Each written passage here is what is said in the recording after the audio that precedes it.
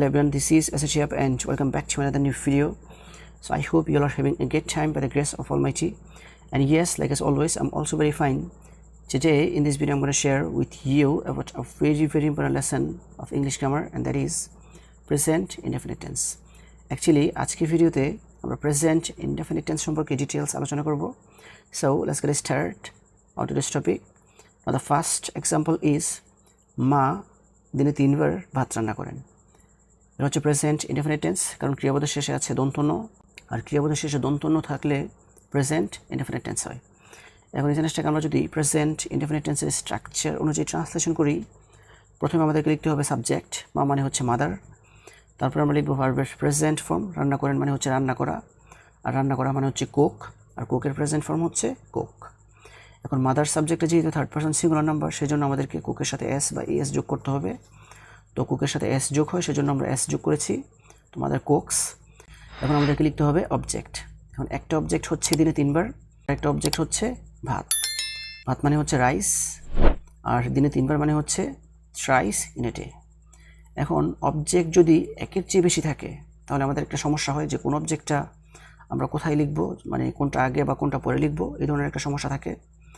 এখন আর এই ধরনের সমস্যা যদি হয়, তাহলে একটা কথা মনে রাখতে হবে, আর সেটা হচ্ছে যে বাংলা শব্দ বাংলা ক্রিয়াপদের যত কাছাকাছি থাকবে, ওই বাংলা শব্দের ইংলিশটা ইংলিশ ভার্বের তত কাছাকাছি বসবে।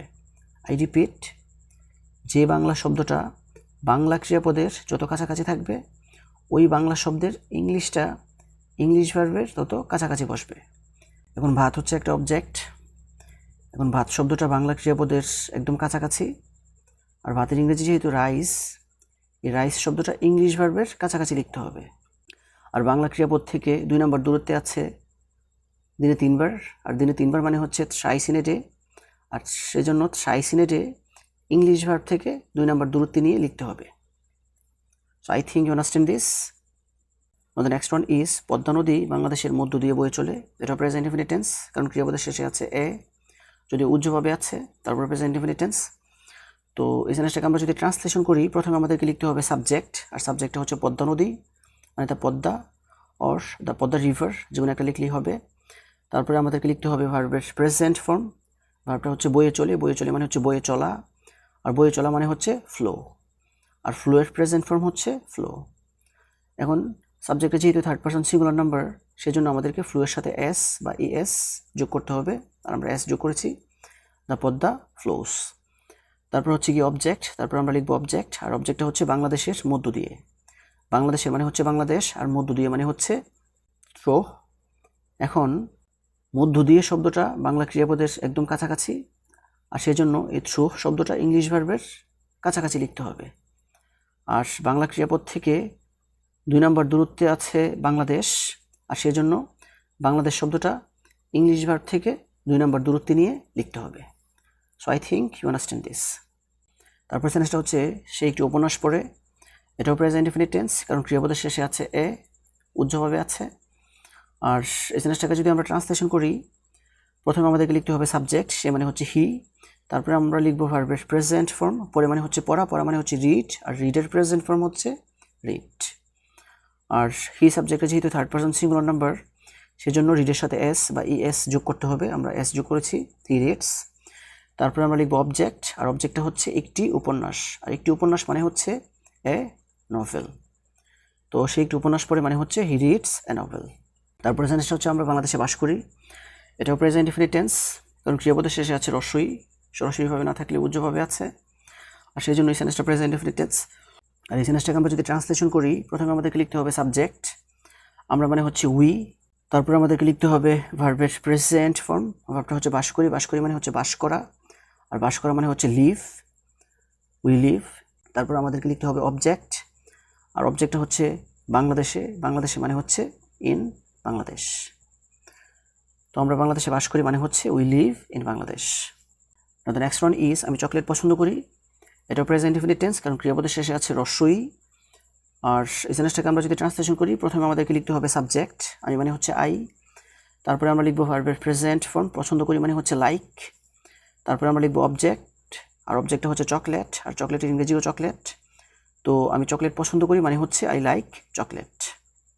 নাও দ্য নেক্সট ওয়ান ইজ আমি তাকে চিনি। এটা প্রেজেন্ট ইনডিফিনিট টেন্স, কারণ ক্রিয়াপদের শেষে আছে রস্যই। আর এই সেন্টেন্সটাকে আমরা যদি ট্রান্সলেশন করি, প্রথমে আমরা লিখবো সাবজেক্ট, আমি মানে হচ্ছে আই। তারপরে আমাদেরকে লিখতে হবে ভার্বের প্রেজেন্ট ফর্ম চিনি, চিনি মানে হচ্ছে নো, আর নো এর প্রেজেন্ট ফর্ম হচ্ছে নো, আই নো। তারপর আমরা লিখবো অবজেক্ট, তো অবজেক্ট হচ্ছে তাকে, তাকে মানে হচ্ছে হিম, আই নো হিম মানে হচ্ছে আমি তাকে চিনি। দ্য নেক্সট ওয়ান ইজ সে সেখানে যায়। এটাও প্রেজেন্ট ইনডিফিনিট টেন্স, কারণ ক্রিয়াপদের শেষে আছে অন্তস্থ ও। আর এই সেন্টেন্সটাকে আমরা যদি ট্রান্সলেশন করি, প্রথমে আমাদেরকে লিখতে হবে সাবজেক্ট, সে মানে হচ্ছে হি। তারপর হচ্ছে ভার্বের প্রেজেন্ট ফর্ম, যায় মানে হচ্ছে গো। আর হি সাবজেক্টে যেহেতু থার্ড পারসন সিঙ্গুলার নাম্বার, সেজন্য আমাদেরকে গো এর সাথে ইএস যোগ করতে হবে, হি গোস। তারপর আমাদেরকে লিখতে হবে অবজেক্ট, আর অবজেক্ট হচ্ছে সেখানে, আর সেখানে মানে হচ্ছে দেয়ার, সে সেখানে যায় মানে হচ্ছে হি গোস দেয়ার। তারপরে সেন্টেন্সটা হচ্ছে সে প্রায় এখানে আসে। এটা প্রেজেন্ট ইনডিফিনিট টেন্স, কারণ ক্রিয়াপদের শেষে আছে এ, সরাসরিভাবে না থাকলে উজ্জ্বভাবে আছে। তাছাড়াও এটা একটা বর্তমানকালের অভ্যাস, সেই জন্য সেন্টেন্সটা প্রেজেন্ট ইনডিফিনিট টেন্স। আর এই সেন্টেন্সটাকে আমরা যদি ট্রান্সলেশন করি, প্রথমে আমাদেরকে লিখতে হবে সাবজেক্ট, সে মানে হচ্ছে হি। তারপর আমাদেরকে লিখতে হবে ভার্বের প্রেজেন্ট ফর্ম, আসে, আসে মানে হচ্ছে কাম, আর কামের প্রেজেন্ট ফর্ম হচ্ছে কাম, হি কাম। আর হি সাবজেক্টটা যেহেতু থার্ড পারসন সিঙ্গুলার নাম্বার, সেজন্য কামের সাথে এস যোগ করতে হবে, হি কামস। তারপর আমাদেরকে লিখতে হবে অবজেক্ট, আর অবজেক্টটা হচ্ছে প্রায় এখানে, এই দুটো হচ্ছে অবজেক্ট। তো প্রায় মানে হচ্ছে অফটেন, আর এখানে মানে হচ্ছে হিয়ার। এখন এখানে এই শব্দটা বাংলা ক্রিয়াপদের অনেক কাছাকাছি, সেজন্য এই হিয়ার শব্দটা ইংলিশ ভার্বের কাছাকাছি লিখতে হবে।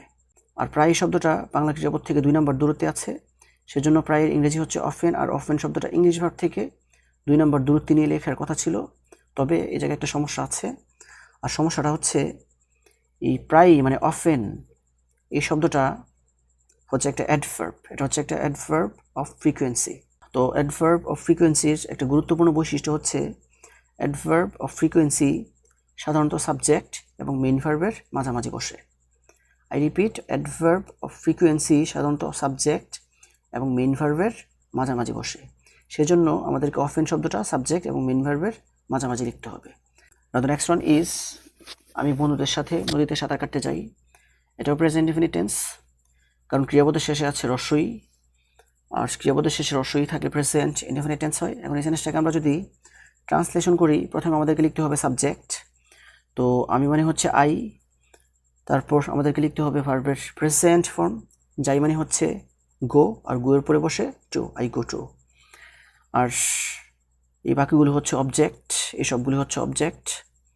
বন্ধুদের সাথে, অবজেক্টগুলো হচ্ছে বন্ধুদের সাথে, নদীতে, তারপর হচ্ছে সাঁতার কাটতে। তো প্রথমে আমাদেরকে এই বাংলা শব্দের ইংরেজিগুলো ঠিক করতে হবে। তো বন্ধুদের সাথে মানে হচ্ছে উইথ ফ্রেন্ডস বা উইথ মাই ফ্রেন্ডস। তারপর হচ্ছে কি নদীতে, নদীতে মানে হচ্ছে ইন দ্য রিভার। আর সাঁতার কাটতে, সাঁতার কাটতে মানে হচ্ছে টু সুইম। এখন এই সাঁতার কাটতে মানে টু সুইম এই শব্দটা বাংলা ক্রিয়াপদের কাছাকাছি, এই কারণে এই টু সুইম শব্দটা ইংলিশ ভার্বের কাছাকাছি লিখতে হবে। আর নদীতে শব্দটা বাংলা ক্রিয়াপদ থেকে 2 নম্বর দূরত্বে আছে, আর সেজন্য ইন দ্য রিভার এই শব্দটা ইংলিশ ভার্ব থেকে 2 নম্বর দূরত্বে লিখতে হবে। আর বন্ধুদের সাথে এই শব্দটা বাংলা ক্রিয়াপদ থেকে অনেক দূরে, আর সেজন্য উইথ ফ্রেন্ডস ইংলিশ ভার্ব থেকে অনেক দূরে নিয়ে লিখতে হবে। তারপর সেন্টেন্সটা হচ্ছে তিনি আমাদেরকে ইংরেজি পড়ান। তো এটাও প্রেজেন্ট ইনডিফিনিট টেন্স, কারণ ক্রিয়াপদের শেষে আছে দন্তন্য, আর ক্রিয়াপদের শেষে দন্তন্য থাকলে প্রেজেন্ট ইনডিফিনিট টেন্স হয়। এখন এই সেন্টেন্সটাকে আমরা যদি ট্রান্সলেশন করি, প্রথমে আমাদেরকে লিখতে হবে সাবজেক্ট, তিনি মানে হচ্ছে হি। তারপরে আমাদেরকে লিখতে হবে ভার্বের প্রেজেন্ট ফর্ম, পড়ান, পড়ান, পড়ান মানে হচ্ছে পড়ানো, পড়ানো মানে হচ্ছে টিচ, আর টিচের প্রেজেন্ট ফর্ম হচ্ছে টিচ। এখন হি সাবজেক্টে যেহেতু থার্ড পারসন সিঙ্গুলার নাম্বার, সেই জন্য টিচের সাথে এস বা ইএস যোগ করতে হবে, আমরা ইএস যোগ করেছি, হি টিচেস। তারপরে আমাদেরকে লিখতে হবে অবজেক্ট, এই যে এগুলো হচ্ছে অবজেক্ট। একটা অবজেক্ট হচ্ছে আমাদেরকে, আমাদেরকে মানে হচ্ছে আস, আর ইংরেজি মানে হচ্ছে ইংলিশ। এখন ইংলিশ শব্দটা বাংলা ক্রিয়াপদের অনেক কাছাকাছি, সেজন্য ইংলিশ শব্দটা ইংলিশ ভার্বের কাছাকাছি বসার কথা। আর আমাদেরকে মানে আস শব্দটা বাংলা ক্রিয়াপদ থেকে 2 নম্বর দূরত্বে থাকার কারণে এই আস শব্দটা ইংলিশ ভার্ব থেকে 2 নম্বর দূরত্বে গিয়ে বসার কথা। কিন্তু এই জায়গায় একটা গুরুত্বপূর্ণ ব্যাপার হচ্ছে যে যদি একের চেয়ে বেশি অবজেক্ট লেখা বাকি থাকে তখন আমাদেরকে যেটা করতে হয় সেটা হচ্ছে যে প্রথমে আমাদেরকে অবজেক্টগুলোর ইংরেজিগুলো ঠিক করতে হয়। যেমন আমাদেরকে মানে হচ্ছে আস, আর ইংরেজি মানে হচ্ছে ইংলিশ। এই যে দুইটা অবজেক্ট, এই দুইটা অবজেক্টের ইংরেজিগুলো আমরা আগে ঠিক করেছি। এখন এই যে দুইটা অবজেক্ট, এই দুইটা অবজেক্টের মধ্যে যদি কোনো ব্যক্তিবাচক কোনো কিছু থাকে, মানে যদি কোনো ইনডিরেক্ট অবজেক্ট থাকে, তাহলে ওই অবজেক্টটা সবার আগে ভার্বের কাছে লিখতে হবে, তারপরে ক্রিয়াপদের দূরত্ব অনুযায়ী লিখতে হবে। আর সেজন্য আমাদেরকে মানে হচ্ছে আস, এটা যেহেতু ব্যক্তিবাচক অবজেক্ট সেজন্য আমরা এটা ইংলিশ ভার্বের কাছাকাছি লিখে ফেলেছি, হি টিচেস আস। তারপরে ইংলিশ মানে ইংরেজি মানে ইংলিশটা আমরা সবার শেষে নিয়ে লিখেছি। So I hope you understand this. তারপর সেন্টেন্সটা হচ্ছে গরু আমাদেরকে দুধ দেয়। এই সেন্টেন্সটা প্রেজেন্ট ইনডেফিনিট টেন্স, কারণ ক্রিয়াপদের শেষে আছে অন্তস্থ অ। এখন এই সেন্টেন্সটাকে আমরা যদি ট্রান্সলেশন করি, প্রথমে আমাদেরকে লিখতে হবে সাবজেক্ট গরু, গরু মানে হচ্ছে কাউ বা দা কাউ, যেগুলো একটা লিখলেই হবে। তারপরে আমাদেরকে লিখতে হবে ভার্বের প্রেজেন্ট ফর্ম, দেয় মানে হচ্ছে দেয়া, দেয়া মানে হচ্ছে গিভ, আর গিভের প্রেজেন্ট ফর্ম হচ্ছে গিভ। এখন দা কাউ সাবজেক্টে যেহেতু থার্ড পারসন সিঙ্গুলার নাম্বার, সেজন্য এই গিভ ভার্বের সাথে এস বা ইএস যোগ করতে হবে, আমরা এস যোগ করেছি। তারপরে আমাদেরকে লিখতে হবে অবজেক্ট, আর এগুলো হচ্ছে অবজেক্ট, এই দুইটা হচ্ছে অবজেক্ট। একটা অবজেক্ট হচ্ছে আমাদেরকে, আরেকটা অবজেক্ট হচ্ছে দুধ। এখন এই যে দুইটা অবজেক্ট, এই দুইটা অবজেক্টের মধ্যে একটা হচ্ছে আস আর একটা হচ্ছে মিল্ক। এখন আস হচ্ছে ব্যক্তিবাচক অবজেক্ট, মানে indirect object.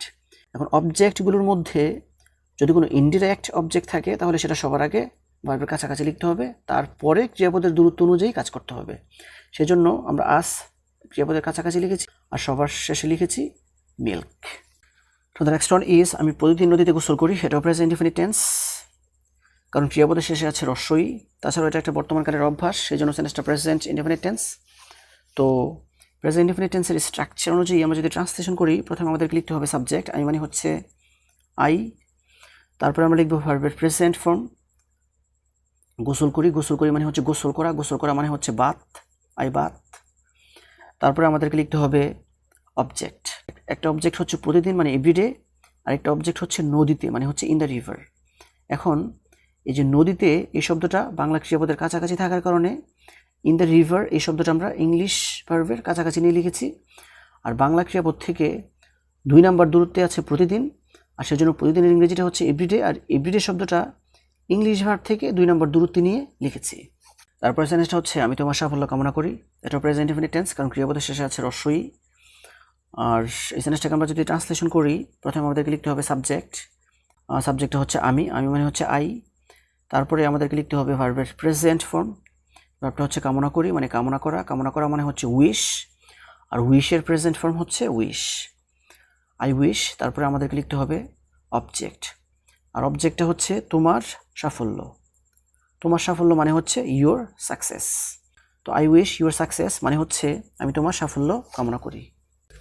So this is actually the lesson that I wanted to share with you. So viewers, I hope you understand this. If you guys really love this video, don't forget to like, comment, share and subscribe my YouTube channel. And that's all for the time being. See you again. All the best of luck. Goodbye.